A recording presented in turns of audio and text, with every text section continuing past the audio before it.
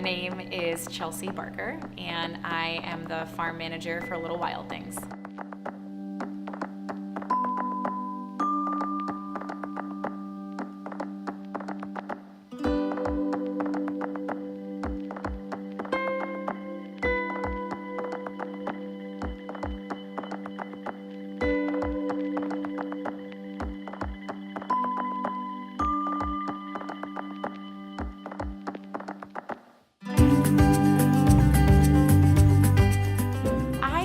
Farming, I was inspired in a couple different ways. Yes, I farmed a lot when I was little. My parents had a really big garden which felt like a farm.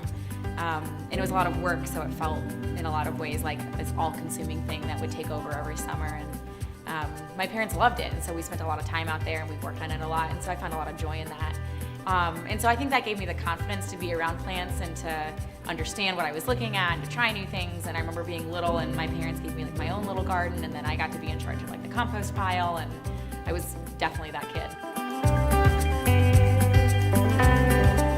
And when I was in college, I decided to study that a little bit further, and so I studied specifically urban farms and how farms can look totally different based on where they are and who they're growing for and what they're growing and when and why. And that was so fascinating to me because I think when you only have one kind of farm, which is like, for me, was like my kitchen garden growing up, learning about different kinds of farms can be totally like eye-opening because there's so many, like no two farms are the same, even if you're growing the same crops in the same region.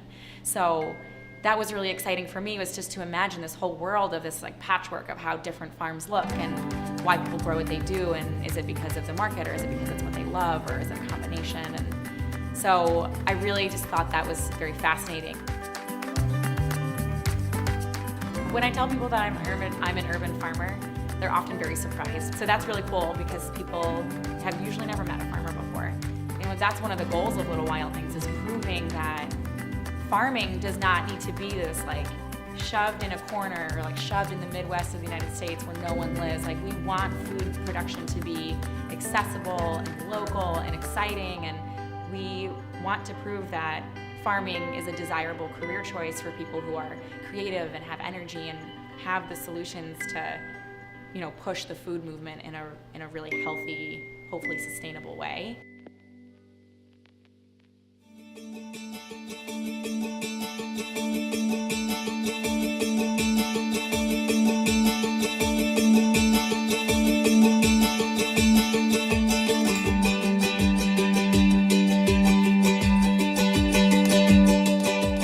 Little Wild Things is an urban farm in DC. We grow shoots, microgreens, and edible flowers on less than 1/4 of an acre. Little Wild Things has an outdoor plot as well as an indoor plot, and the outdoor farm is this really beautiful, hidden away secret garden. We call it the secret garden, and it's behind a monastery in Northeast DC. And it was actually tended to by a man named Father Francis for a really long time before Mary took it over for Little Wild Things. And so it has this really great energy to it. So there's all these established plants that Father Francis planted, like an olive tree and a fig tree and peonies and, you know, hundreds of daffodils and tulips in the spring, and it's really special to farm there.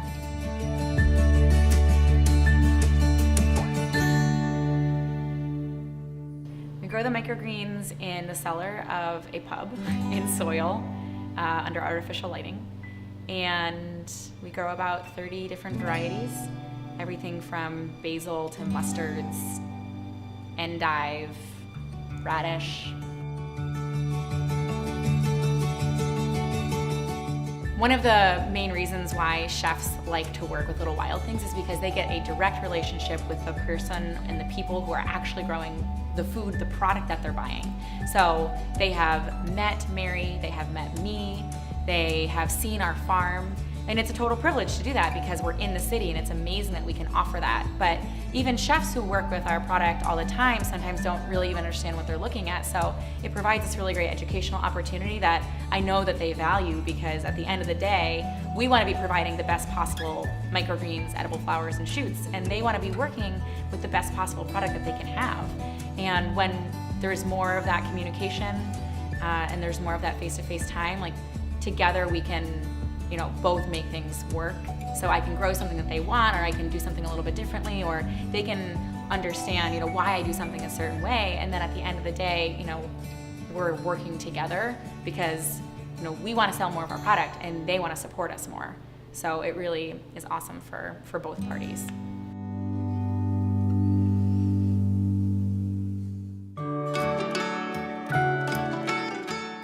I never saw myself being an entrepreneur, but I always wanted to be a farmer, and I don't know why I never equated the two.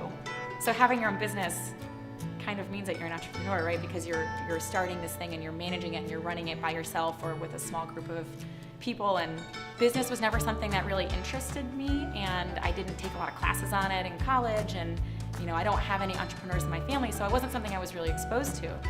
But when I came on with Little Wildings, and I quickly realized that having such a small team, you're part of that management team, and you have to put your brain on that in the same way that Mary as the founder does. And as a manager, I'm expected to contribute in those ways too. And I found that I actually really like it, and there's some things that I'm good at that I never even gave a second thought. Like sales and marketing, I really enjoy, and I love being able to speak with chefs and figure out what they want and figuring out if I can translate that to our farm plan. But it's really tough work, and I think where a lot of farmers go wrong is they don't, and maybe they don't want to, but maybe they don't see, I think a lot of farmers don't see their farm as a business, or that a business can also be a farm. I've been really fortunate working with Mary because we're so business focused that, at the end of the day, we are a business that is selling microgreens and producing edible flowers and shoots. So we think of the farm as a business first that is also a farm.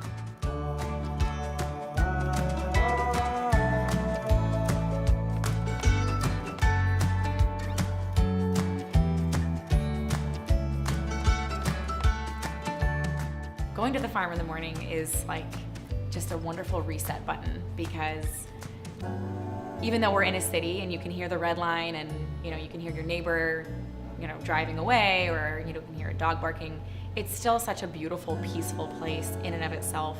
But for me, it's like a good reminder of like why I'm doing what I'm doing, because I can physically check on the plants and see that like the water and the soil and like a little bit of care from me and Mary is like what's making this grow. And I mean, it seems really silly and trite, but I think like there's that magic for all farmers, because whatever they're growing or producing speaks to them in some way, and caring for plants and being able to do that for a living is a very special thing, and I don't take it for granted at all. But going to the farm is like a tangible reminder of that for me.